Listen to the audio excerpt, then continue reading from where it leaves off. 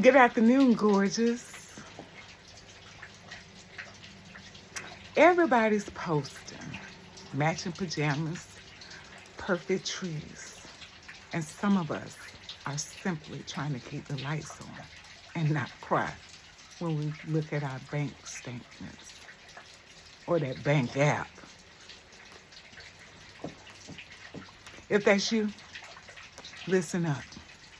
It doesn't mean you're a bad parent or failing Christmas. You're in your rebuilding season. This might be the year you say, let's do a simple Christmas and the bills are getting paid. One small gift, one little tradition, and a sane you in January.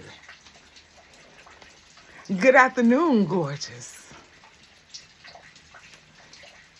Even if your Christmas isn't movie perfect, and even if you're in your rebuild season, drop me in the comments and don't forget to hit follow so we can continue rebuilding together.